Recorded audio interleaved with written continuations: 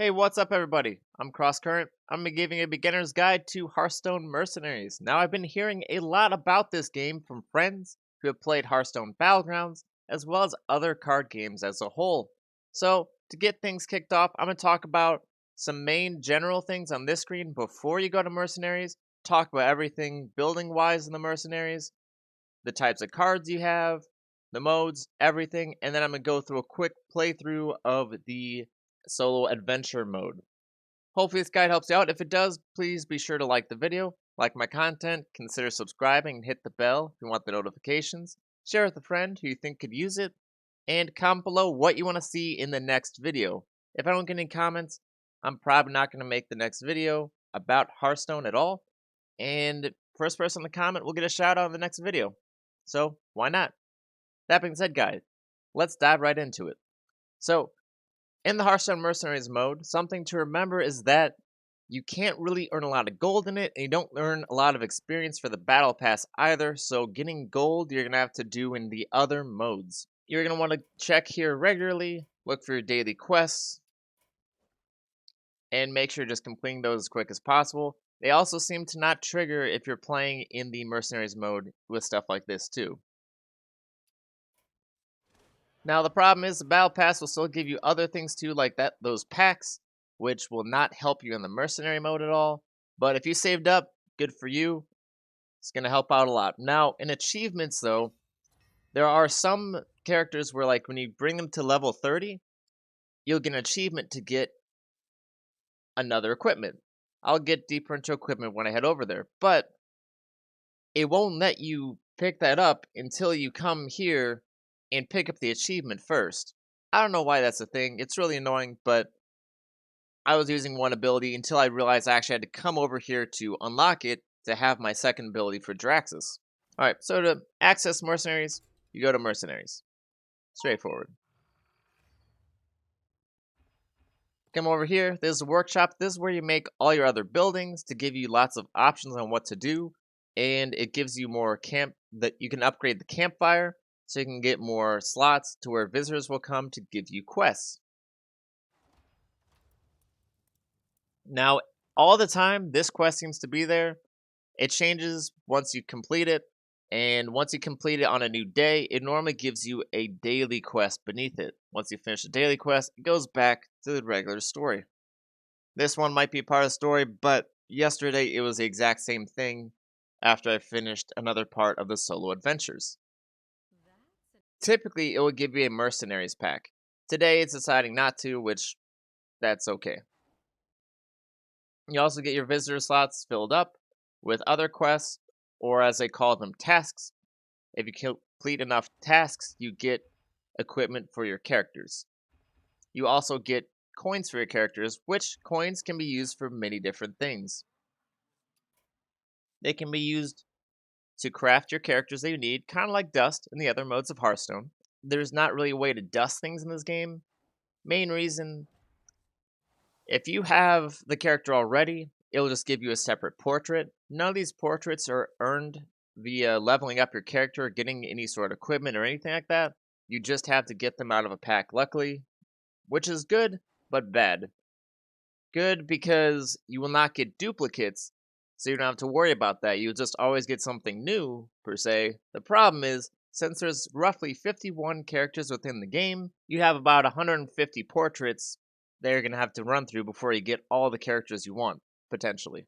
Now, when you do open up pack, you do get those coins. Those coins can be used to upgrade abilities, which will scale up higher with every time you upgrade them. And you can also upgrade your equipment to make them a little bit better. I'll head over to a character that I already own. Let's check out Draxus. Yeah, I can upgrade this to where his Fist of Draxus ability does 3 more damage.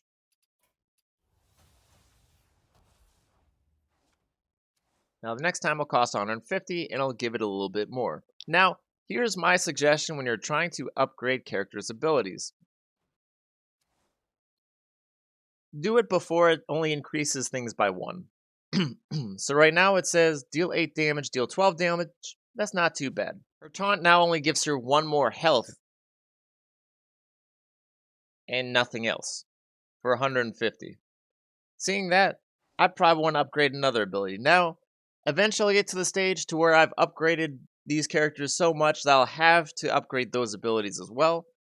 But at the moment, you just want to get the most bang for your buck, so you're going to want to upgrade what has a noticeable difference.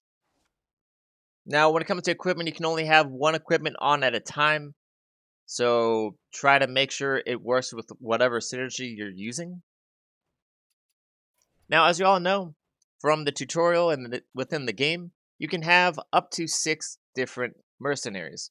Now, I would suggest, just for starting out, have 2 protectors, 2 fighters, and 2 casters on your team. That way, if you're going against solo adventures or player versus player, you have a little bit of everything. Since casters do more damage to protectors, protectors do more damage to fighters, fighters do more damage to casters, and that goes against you too, you're going to want to have everything just kind of split up in case of a problem. Now, the only other way I'd suggest to make a deck is to find something in common and make that as a starting lineup. So, for example, Murlocs. There's only 3 of them, so since you start the game off with 3 units on the field, I'd have the deck focused around Murlocs, and then I'd have 3 units that are good on their own, because most likely I won't lose all 3 units at once and place all 3 units from my bench into the field. Let's say I lose one Murloc, I can put in Garrosh. He can come in, he can taunt, and he can make it so then they live longer and keep on doing their Murloc synergies. And once one of them dies, I can put in a damage dealer. It's hard to say what exactly is good right now, since the game has barely been out, but Murlocs seem a little bit weak. They could be good if I go against the right person, but I would just suggest leveling up everyone to 15, so at least you have all their abilities done. And if you got some characters that you think are good on their own, go for those, because you'll almost always use those within any type of setup you have. But I would say if you're going to do something where it's like 3 protectors, make sure you still have at least 1 in each other category, just for the problem that someone has 3 casters. Alright, so come over here. This just gives you some quick tips about stuff. Not a whole lot though. It talks about the campfire when you're doing a bounty, which the bounty is the single player mode. And then about Diablo, nothing crazy right now. Might have things pop in the mail as daily rewards later. Haven't really seen it yet. This is actual shop. I thought I had seen when I started out that there'd be a daily pack you could pick up, but that might have been just a little fluke. You can purchase packs for 100. I would suggest purchasing the packs after you have upgraded the campfire once. Because once you upgrade the campfire once, you have a decent amount of tasks you can do. But if you keep upgrading it, you won't be able to buy packs, and it wouldn't make sense to only do that. Unless you got all legendary pulls, which I highly doubt would happen. Now, over here is where PvP is. The first 3 games, from what people have told me and from what I have seen, are against AIs. The best way to check is when you're in the game. If it says your opponent at the top left, that would mean that the opponent is not legitimate. If it says like Jiraxis the King or something up there, then that's someone with a weird love for Jiraxis. When you win games though, even if it's against AIs that it spawns at the start, you do get mercenary coins. It's a daily reward. And with your rating at the end of the season, you get a lot of coins from it, and if you're lucky, you get packs, but there's not really a lot to earn from that. But it's just coming out, just starting off, so whatever I can get, I'll take. Well, I'll go over the differences between PvP gameplay and the bounty gameplay in a minute. Now, right now, I have the quest to kill furbolgs, which technically they're just freaking bears. Bear-like things. Use my powerful team. Once you join in, you can't edit it until you're done. I'm going to go over the field real quick. So it's kind of like Say the Spire, where you see your pathway and you make your decisions ahead of time. You don't know exactly what you're going against, but I'll go over these real quick. So, boon casters. This will be for casters, protectors, or for the fighters, and it'll just give everyone a buff. both yours and your opponent's. You see this jagged area, it's typically meaning that it's going to be an elite opponent or a legendary opponent, just essentially tougher than normal opponents. Mystery, it could literally be anything, but there are a couple things I've found it to be so far. Sabotage, something called Spud ME, Warp, and Mysterious Stranger. So the Sabotage, it'll just switch all of these to something different. So normally you'd expect that to be Protector, it could switch to being a Fighter or Caster as the main enemy instead. Spud Me instead spawns a random ally or enemy. It switches sides each turn with 30 health, and if you have it, it has the ability to heal itself for 5 or deal 10 damage to itself. When it dies, the Spud does 30 damage to every other unit on its side of the field. So if you can kill it immediately, you want to, but you gotta be careful if your opponents have some way to thwart that idea. Typically, the AIs will not go after it though, because I guess that's how they're programmed. The warp will send you straight up to the final room. I have only seen it in the second to last room, so it's kind of an awkward placement for it. And the Mysterious Stranger, when you head to it, it'll give you 3 options on which character you'd want a task for. So it's like one of those people will show up to your camp and give you a task. It'll choose 3 of the 6 characters you're using at the current moment for that. And it'll range based on difficulty based on the task that they're on. So task 1 tends to be easy, 2, 3, 4, 5, 6, 7. I'm assuming nothing past 7 because that's the last equipment that you can earn is by finishing 7 tasks. But if you know, let me know in chat below so everyone else can know too. Alright, let's hop right into it. Also, campfire. The only reason you want to visit this is if you have a unique quest and you want to make sure, okay, I gotta do blank. Let's say you finished a couple rooms, it'll update it by only checking it through the campfire menu.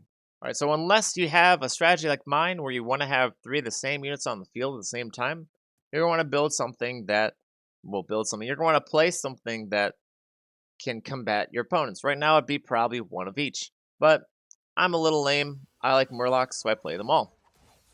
Once you play your 3 units, it'll put those into the deck, but also you can hit ready to speed that up if you really want to.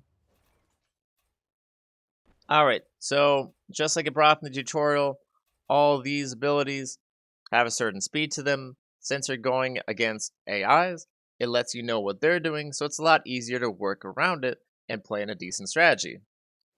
Now, I don't know if it told you, but the 2 and the little icon next to it signifies that in 2 turns this will be something you can use.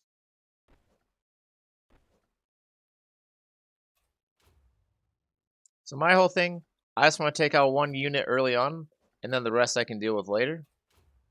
Taunt is an amazing thing to have in this, especially if you're going against opponents that are not casters. Because casters don't technically attack, they use a spell, so it goes through the taunt mechanic and hits whatever they want to hit anyways.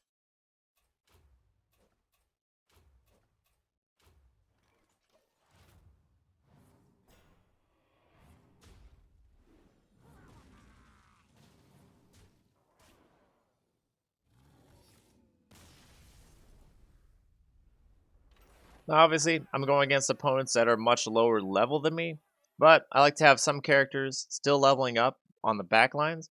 So if you really need to bring characters up some levels and you have 3 that are basically level 30, you just want to play with those units and just slam through the tougher levels, so then you get a lot more experience for the people on your bench. What it seems like, the characters you have on the bench still get the same amount of experience as the characters that are out on the field, but if I'm wrong, let me know. I won't be 100% on everything with this guide. Now, once you finish battles in the solo adventure, it'll give you options for treasure. Obviously, I clicked it really quickly so you didn't see, but typically it'll offer something that goes with the specific archetype of the creature, of the character. It'll also give you an option that just boosts itself, and possibly the option of an ability. These are randomized, so sometimes you see them, sometimes you don't. Now, see on the top right and left of my screen, I have an app called Firestone. It's really helpful for this because you get to see everything they have as an option in case you're still learning the game, as well as having the options on the side for basic details about your opponents in case you want to hover over them or if there's something that changes with Firestone down the road. See right here? So I'm gonna pick this up again because I already got it once, and it'll give all my Murlocs +10/+10 since I'm always using them together. So Spirit Healer will just resurrect a random character that you have that's fallen. It will not give you any experience or any treasure, so use it when you need to. Looks like I got Sabotage this time. I was hoping for the Visitor, but it seems to be random based.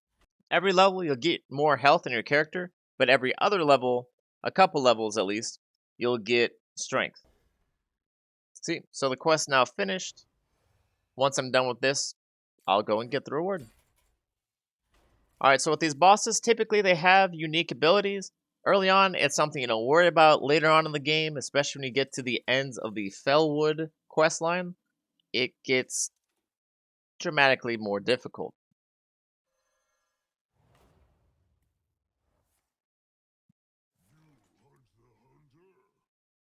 But definitely read the abilities before you get brash and just dive into the attacks. So when this guy dies, gives the other characters Wind Fury. When he dies, gives them all +5 attack. This guy just a big dude with some attack. Don't kill the other two if you can help it.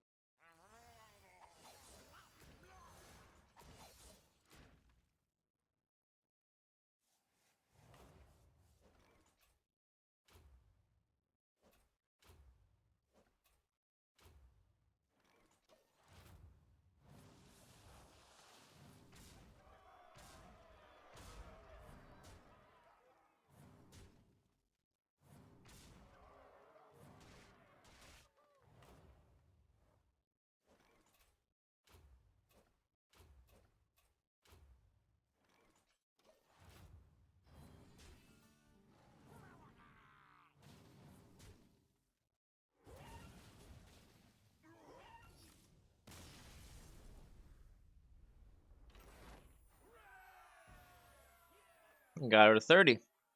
So I just got that achievement in the bottom. I'll be sure they didn't fix that thing I was talking about earlier. So also, guys, by the way, if you were to leave or lose in this before the end, you still get a compensation. You still get some coins. You just won't get as much as if you were to just beat the whole run normally. Some characters you have, some characters you don't, some characters in your party, some characters not. It says that it's more you can give it for characters in your party, but it doesn't seem to happen half the time, as only 2 of them were in my party and 3 random were not. Alright, so now I'm back here. I'm gonna go to the campfire, click on that, and claim my reward.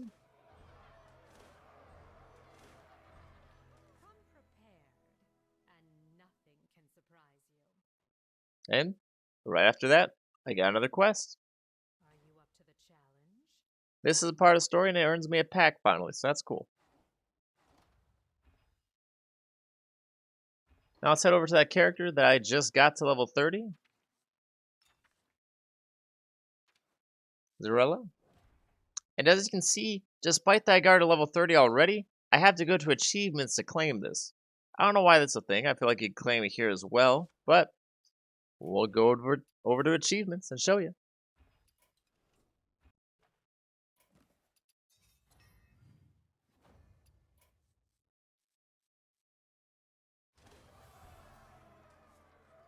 There it is. Back to Mercenaries we go.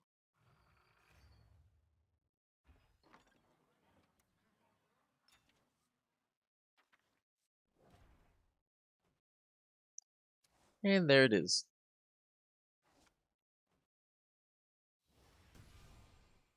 Very minor. Atonement is not exactly how I go with this character, but it's still nice to have.